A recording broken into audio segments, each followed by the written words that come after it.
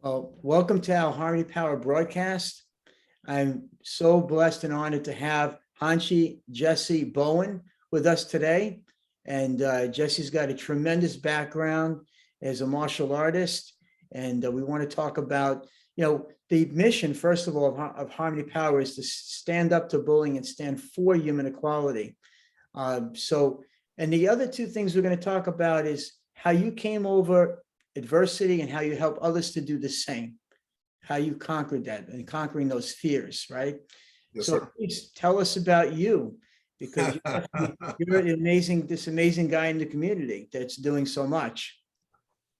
Well, first of all, thank you for having me on your podcast. It's a great honor to be here when I do something or have done something in my life, and people such as yourself ask me to be a part of what you have going on. It's always a great honor, especially if I can share a positive word to really make a difference.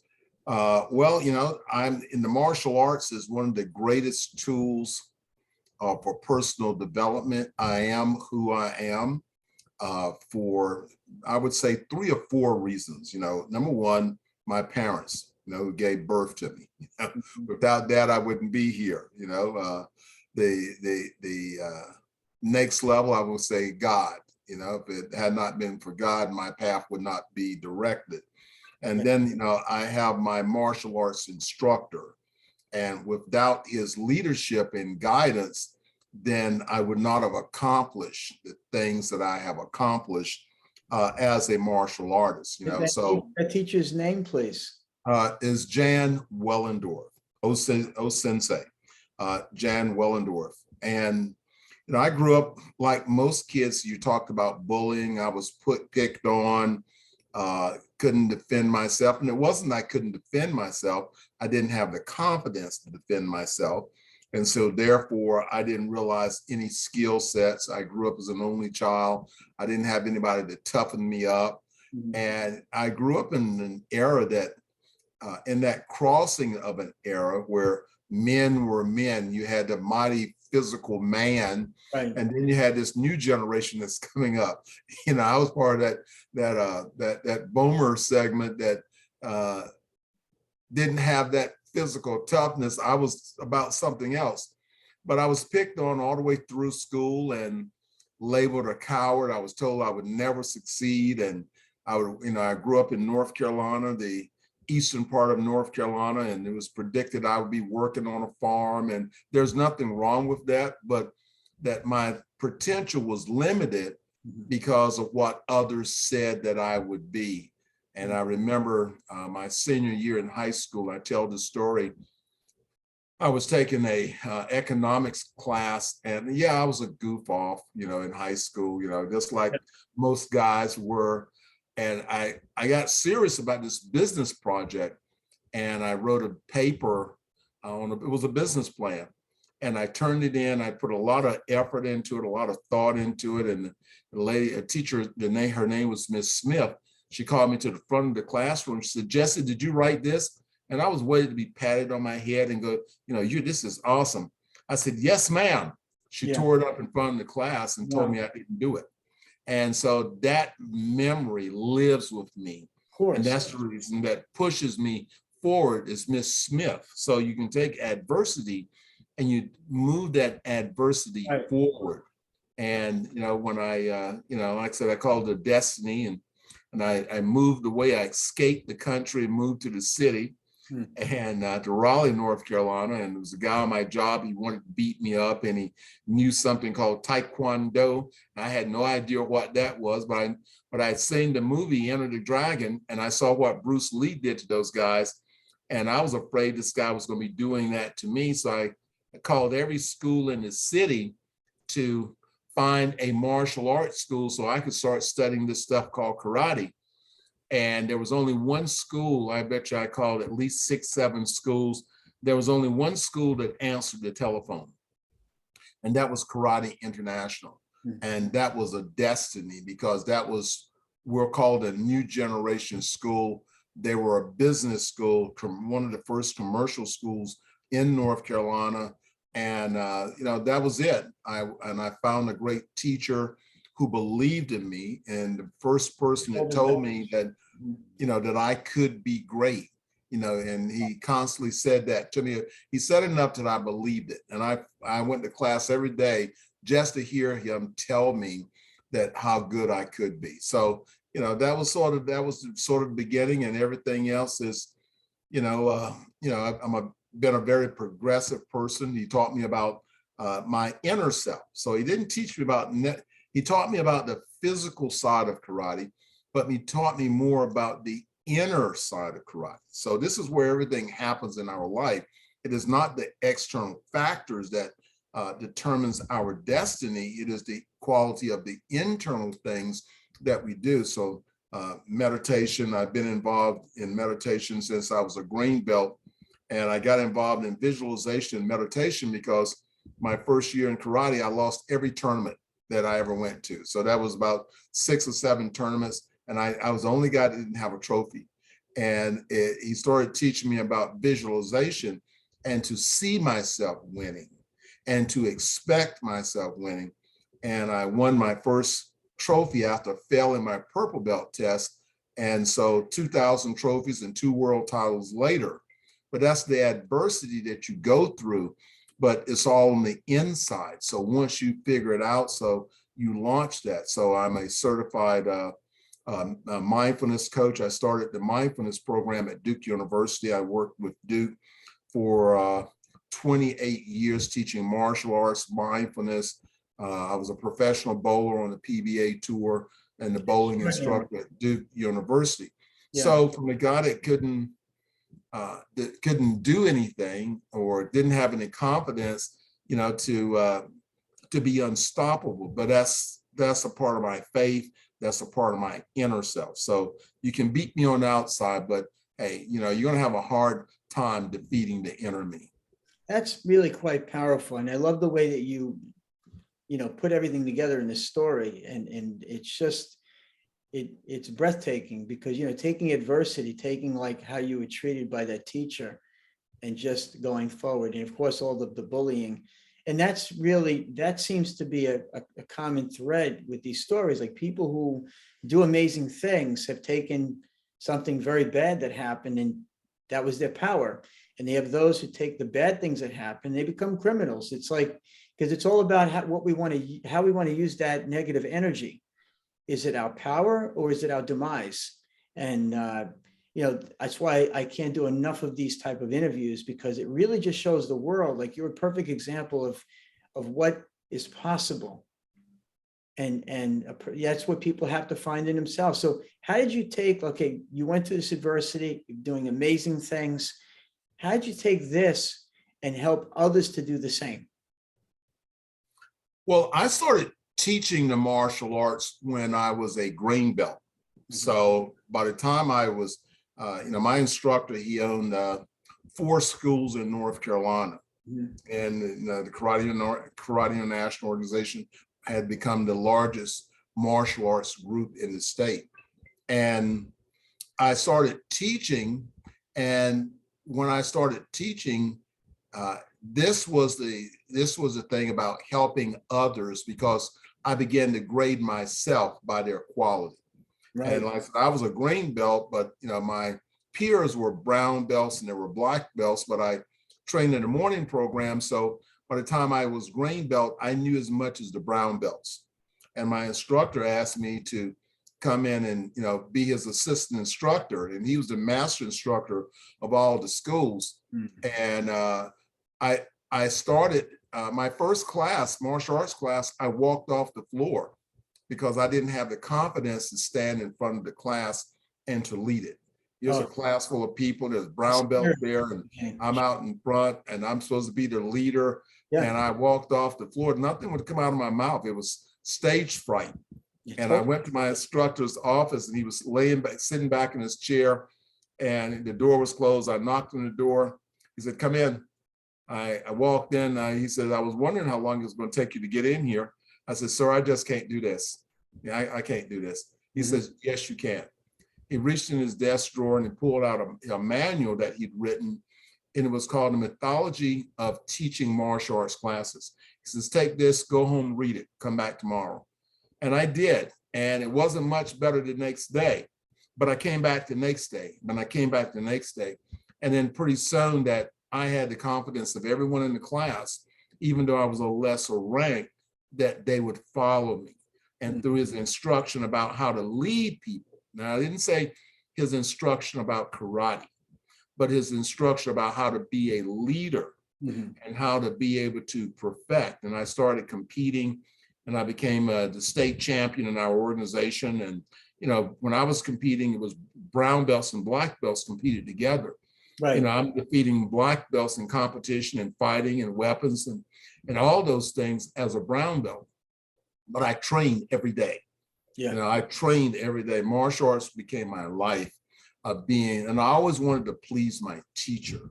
So you see, there's that reason, that confidence when you have a reason and you know that someone is there, that they're going to compliment you. Maybe because I didn't have that opportunity of growing up, but every day, I have probably 86-foot trophies in my office, but they don't belong to me.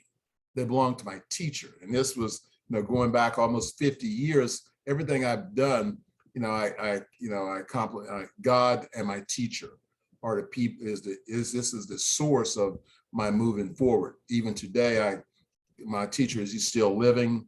I about every month I try to call, find out how he's doing, because that instructor and this teacher relationship can be so powerful. And as martial artists, we can influence someone else's life. And so through my teaching, I've helped people to be able to develop. I produced over 500 black belts. Like I said, and 12 of those black belts was at Duke University through physical education. People continue to follow. So I'm a certified life coach. So everything I do is because I am up to date on how to do it. I recommend for every martial artist to take a course on how to become a life coach, because this is what we're doing in the martial arts. Right. We're not just teaching martial arts, we're really helping people to improve the quality of their lives. So, just some of the things that, that I do. Well, I think it's amazing. And Duke University, that speaks volumes. Everybody knows Duke University and the quality of that, and to have that kind of relationship and worked there so long and brought other people in there, and their approach, bringing that into the program, mindfulness. I mean, who does that? That's a rare thing to bring into schools. Schools are very traditional, and with academics, it's hard to get them to see a different way. And that's what it's about. And you're right. I agree with you that it's important that martial artists pursue other avenues to educate themselves. I myself went on to get my master's degree in spiritual development. So I'm like, where is the schooling for martial arts people? Like, we're learning from a teacher that learned from a teacher, but there's not the structure is not academic. It doesn't challenge us in a different light. We have to be able to articulate what we're saying. We have to be able to write well. And these are things that are very important. And to build relationships through communication. Schooling helps that. A lot of people don't know that. But Right. Certainly learning it on your own. There are people who are amazing and have never gone to school, and they're fine that way. But for the masters, right. No, that's one of the reasons, so, I'm a business guy. But before you could actually purchase a franchise, and our organization was a franchise organization, you actually had to go through their business program. And this is what I'm bringing back in my organization. We have the American Martial Arts Alliance Foundation, which is my nonprofit organization. And then we have the American Martial Arts Alliance Institute. So the Institute is the education part of what we're doing. So we already have online classes that people can take. But before you could purchase a school, you had to have an associate degree or a bachelor's degree in martial arts management. So my instructor had developed his own degree program, business management program.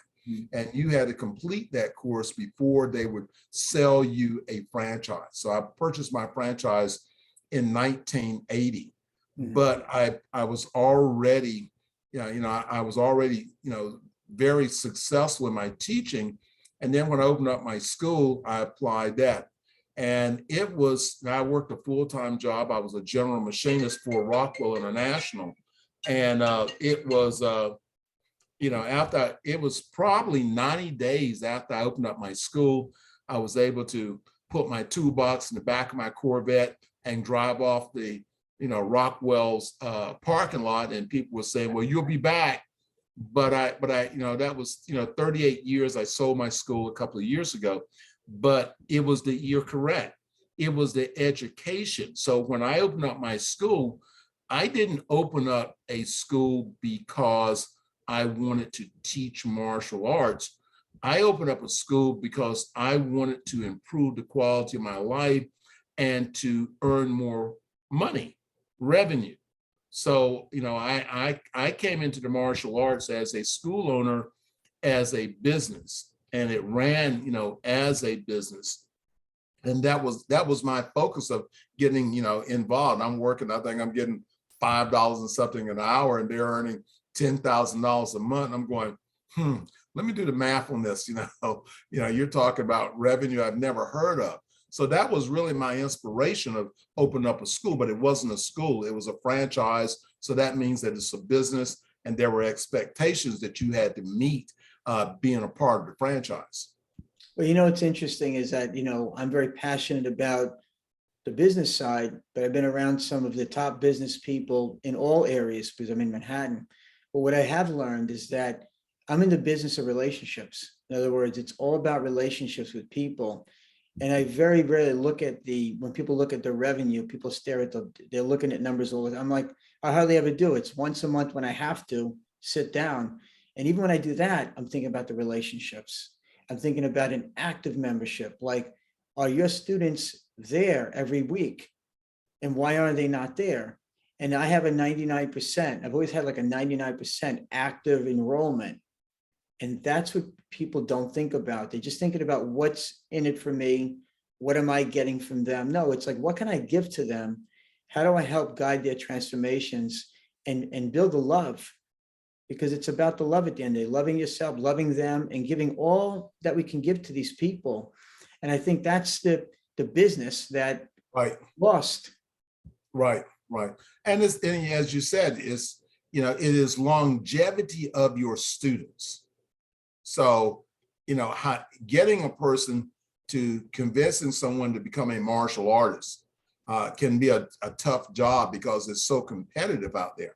So the longevity and the quality of your program, the quality of your teaching. So, it is about the quality Yes. of it, and how do I constantly improve the Exactly. value that the students that they gain. When you have students that's with you 10, 15 years, and parents are paying, they start at 6 and they graduate with you and they go to college, and parents are constantly thanking you for what you've done for their children, and their lives wouldn't be the way it is if it had not been for you. See, those are things you cannot pay for.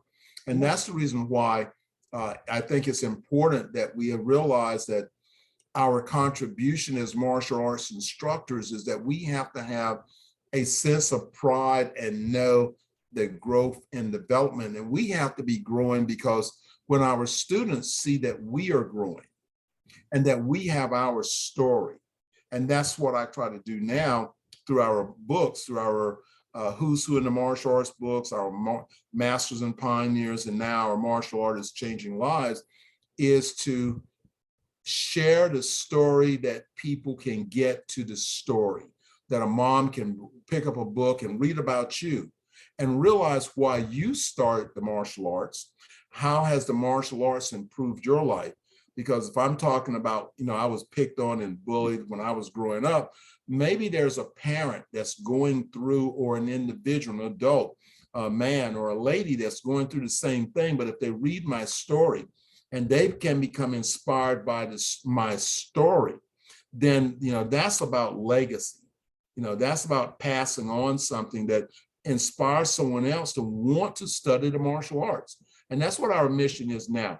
is keeping the martial arts alive. The pandemic has hit a lot of schools, and we're trying to get martial artists to realize that the things that they've gone through, and when they sit down and think about what would their lives be like if they had not joined the martial arts. I have no earthly idea what my life would be like if it hadn't not been for Karate International picking up the telephone. You know, I could have been at Joe Blow's school. My outcome could have been totally different. And that's the reason why I've always been an advocate that when the telephone rings at your business, you answer the telephone. I forward all my calls to me, you know, I mean, that telephone, yeah, that's the thing about it, because someone may be trying to reach you and you are not available, but you can make a difference in that person's life if you answered the telephone. I'm that old school guy too. I'm like, what's up with that? And that's really the success. If we depend so much on technology, we lose a sense of connection. I mean, it does make us, we're connecting that right now through Zoom, which is amazing. And I've used that a lot with students. But without that, without me picking up the phone, the parents always say, I can't believe you pick up the phone. You respond so, because that's what you're supposed to do as a school owner. That's what school owners don't get. I mean, unless you want to franchise yourself and, you know, spread yourself out. But a franchise doesn't mean that. If it's my school, I'm there. And that's where people get lost. I have to say something else why I think what you're doing so amazing. And this is what blows me away. This is what triggered me to, I'm like, you know what? We need to do an interview. You know, besides me coming to your event in Vegas, which I'm very excited about, and honoring Bill, it's a terrific thing. But I will say this, with the rise of the UFC, in fact, we had a guest come to my school. He comes every year. He never lost a UFC match. He's a legend. And he helps me. We're like brothers. But there's a part of that UFC. You see the guy standing at the cage, and he won. He's victorious, and the opponent's in a pool of blood, and the crowd's cheering. I got a big problem with that.